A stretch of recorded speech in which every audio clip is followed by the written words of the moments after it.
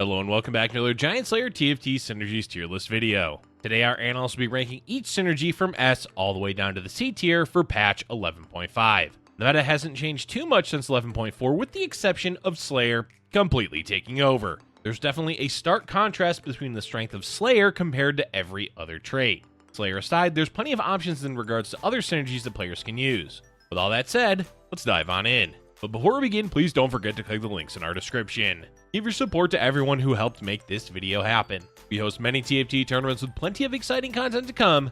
Be sure to also follow our Giant Slayer TFT social media pages. Alright, let's get back to the video. To begin with, we have the synergies in the S tier. This tier consists of Slayer, Daredevil, Keepers, Blacksmith, and Vanguard. These synergies have a lot of influence on the current meta and are used consistently in most games. Starting off our tier list, we have Slayer. It should come as no surprise for anyone familiar with the current meta, as just about every lobby is all about Slayers, and more Slayers. And this is for good reason since the synergy has a lot of versatility. This is mainly due to the champions as you have multiple top tier carries with Olaf, Samira, and Tryndamere. Even Zed is a potential carry, albeit far less common than the other three.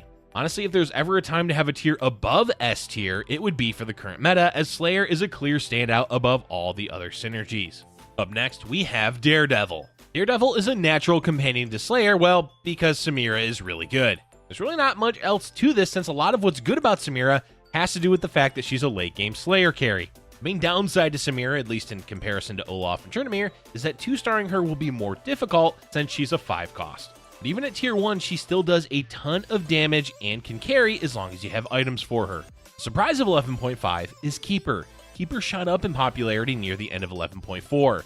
This is due to a 6 Keeper composition that utilized the newly buffed Kennen along with having Xayah as the reliable carry. Of course, this composition alone isn't enough to warrant Keepers being in the S tier, but it has helped Keeper remain relevant in the late game where it previously struggled. The other reasons for Keeper doing well and deserving a spot in the tier is due to their strength in the early and mid game. The chosen Keeper can win streak a board through stage 2 and Kennen in the mid game with Keepers and continue that streak. From there, it's an easy pivot into 6 Keepers. Basically at every stage of the game, we're seeing Keepers do well, whereas previously it was mainly just in the early game. As usual, we have Blacksmith in the S tier thanks to the relevancy of Ornn's artifacts. Ornn as a unit is alright given that he has crowd control as a frontline unit, but really when anyone's talking about Ornn, it's entirely about his artifacts. And at the bottom of the S tier, but still at the top of the meta in terms of frontline, we have Vanguards.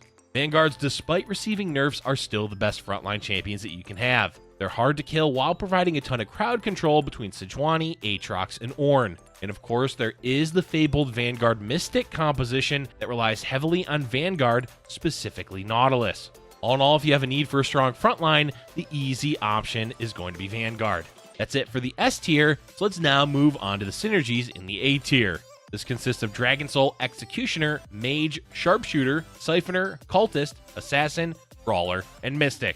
These synergies are consistently used in top 4 compositions and are all around consistently useful. At the top of A tier is Dragonsoul. Dragonsoul fell off a bit in priority mainly because Slayer has taken over the meta. Because of that, you're going to see less 6 Dragonsoul as the trait tends to be split between Olaf, Swain, and Aurelion Sol in various different compositions. Still, it has a lot of relevance in the meta, so it's a top tier trait nonetheless.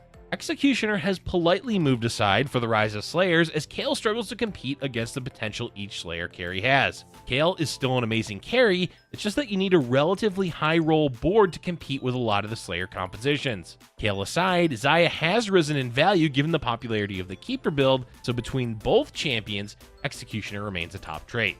Mage is surprisingly versatile in the current meta. Sure, it relies heavily on Aurelion Sol as the main carry, but there's plenty of options in regards to other champions you can rely on that are mages, as well as other builds that can use the trait. Most commonly, there's either 7 mages or Elderwood Mage, but there's plenty of variations to both. But at the end of the day, the trait is definitely carried by Aurelion Sol. Sharpshooter is still doing well in the meta thanks entirely to Sivir and partially Samira. Samira really doesn't need the trait to do well, but it is a helpful trait for her to have. Sivir, on the other hand, is a viable late game carry if you can 3-star her, so having Sharpshooter is necessary. There's also the potential to run Tristana 3 as a carry, but it's a relatively niche composition. Syphoner is a fantastic splash trait, especially because both Morgana and Swain are strong frontline champions that can be tossed into most comps. All in all, it's not a game-changing trait, but it pairs well with a lot of current meta carries, plus Swain is one of the best 5-cost champions. As far as the late game goes, Cultist is not particularly relevant. There is a variation of the Sivir composition that uses it, but overall, when you're thinking about Cultist, it's for the early and mid game once you've hit 6 of the synergy. This is where Cultist truly shines, and why it has a place in the tier. Assassins aren't doing that well in the meta, but they are doing well enough to place in the A tier. For the most part, the trait is doing well because of Talon. During the early game, it can struggle, but if you find an early Akali, then the trait gains a lot of versatility during the early game and well into the mid game. Brawlers barely hold on to relevance thanks mostly to the return of 8 Brawler into the meta. The composition fell off after receiving several nerfs, but after players used it effectively in recent tournaments, we've seen this build be used more and more. It relies heavily on a strong mid-game with Shyvana 2, and to do well in the late game, it does require a bit of high rolling to hit Shyvana 3 and Set 2. And the last trait in the A tier is Mystic. Mystic is a top-tier splash trait, though how relevant it is depends a lot on the lobby. But even against Slayer, it has been used, and Slayer often uses champions like Swain or Morgana along with traits like Dragonsoul. Let's now move into the B tier synergies.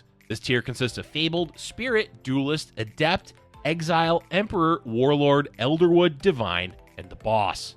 Overall, these synergies are capable of doing well in the current meta, but for the most part, they're just average at best.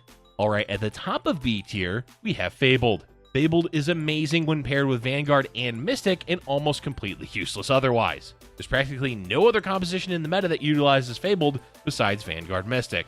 But given that the build is capable of doing well and counters certain meta compositions, we can't place Fabled too low on the tier list. Spirit is still primarily used as a splash trait, though we are seeing Force Spirit used alongside of Sivir carry.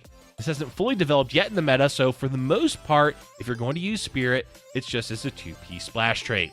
Next is a staple of B tier, Duelist. Duelist is not a terrible trait, especially with champions like Tryndamere doing well. The issue is that to play a Duelist composition, you need either to high roll or find a spatula to use on Kayle.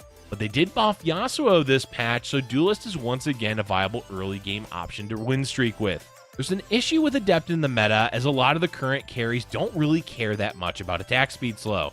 Xayah is in the front line, so she'll cast relatively quickly, Kayle often has Quicksilver, and Olaf becomes unstoppable during his ultimate. So in terms of slowing down carries, Adept doesn't do that good of a job. That said, it is still a useful splash rate, especially since you get a good frontliner with Shen, and Yone has been continually buffed each patch. Speaking of Yone, let's talk about Exile. First, Yasuo was buffed, so this trait is all around more useful during the early game. Second, as mentioned, Yone was buffed again. The problem with Yone is that he does fall to the wayside a lot of the time in the late game compared to other 5-costs like Samira, Swain, Lee Sin, and Zillion. Emperor, or Azir, is an all-around average champion. He has good crowd control, and his stand guards are useful. The main reason we're keeping Azir up in B tier is because of how well keepers are doing, otherwise the Emperor may just have found himself in the C tier. Next, we have the hardest to place trait, Warlord. Warlord can be incredibly strong with Katarina 3, but it can also fall flat and barely scrape into the top 4. The ups and downs of this synergy make it difficult to pin down in the meta, so we're placing it slightly below average, but keep in mind that it can be an above average trait depending on the situation. Elderwood is on the struggle bus for sure, since Mage doesn't rely entirely upon it anymore to do well. But with Xayah as a relevant carry and Elderwood Mage still being played, the trait still has a place in the meta. Unfortunately, there's not much use for Divine in the meta outside of the Kayle Executioner comps. But in regards to that build, it is an essential piece to helping Kayle do well as a carry. Outside of that, the only time that Divine has much presence in the game at all is because of Lee Sin. And the last trait in the B tier is, once again, the Boss. Essentially, the issue with Set is inconsistency. There are times where he fits extremely well in a comp and can pop off and carry, and there's also plenty of times where he does barely anything at all. By no means is he a terrible unit, but the fact that he has moments where he's entirely useless as a 5-cost champion is why we're placing him so low on the list. And now we move on to the last tier, the C tier. This tier consists of Ninja, Enlightened, and Fortune. These synergies are useful in the right situation, but have a lot less of an impact on the meta than the tiers above them. Up first for C tier, we have Ninja. All in all, when you look at the Ninja champions, all of them are useful in the meta. Kennen is a key to the success of keepers, Akali can wreck the mid game as a carry, and Shen always has use as a frontline, along with providing both Adept and Mystic. Zed is the only ninja with a diminished presence in the meta, but even then he's still capable of being a carry if you can 3-star him, plus he has inherent value with the Slayer trait. The issue with ninja is combining all 4 of them together is rarely worth pursuing. That's not to say that playing 4 ninja composition is bad or unplayable, just that it's not consistent enough to do well a majority of the time. Next, we have Enlightened. Enlightened continues to be in a weird place, especially considering Talon is a playable carry in the current meta. Morgana is also quite valued, and Janna is decent in the early game. The continued issue is that neither Talon nor Morgana really care much about the trait. Morgana will cast plenty fast since she's often in the front line, and Talon cares more about his items and having the assassin trait. There's also a huge gap between the early game for Enlightened and late game, as Janna is really the only relevant early game Enlightened. That means that there's no value to the trait during these parts of the game, and only comes into play if someone is running Talon as a carry, which is already relatively niche. And the last trait to talk about for today is Fortune. Look, Fortune is really good when the player is comfortable with losing and knows how to steer themselves out of a loss streak. If you look at the top level players in tournaments, quite a few use Fortune extremely well. But for the majority of players, Fortune is just a bait. Sure, every once in a while you'll hit a big payout and potentially win off of it, but for every payout there's dozens of players that lost because they didn't get that payout. So yeah, we recognize the potential in Fortune, but it's not a recommended trait for most players. That's all we have for today's tier list video. While Slayer is certainly dominating the meta, we're at least seeing plenty of other synergies being played.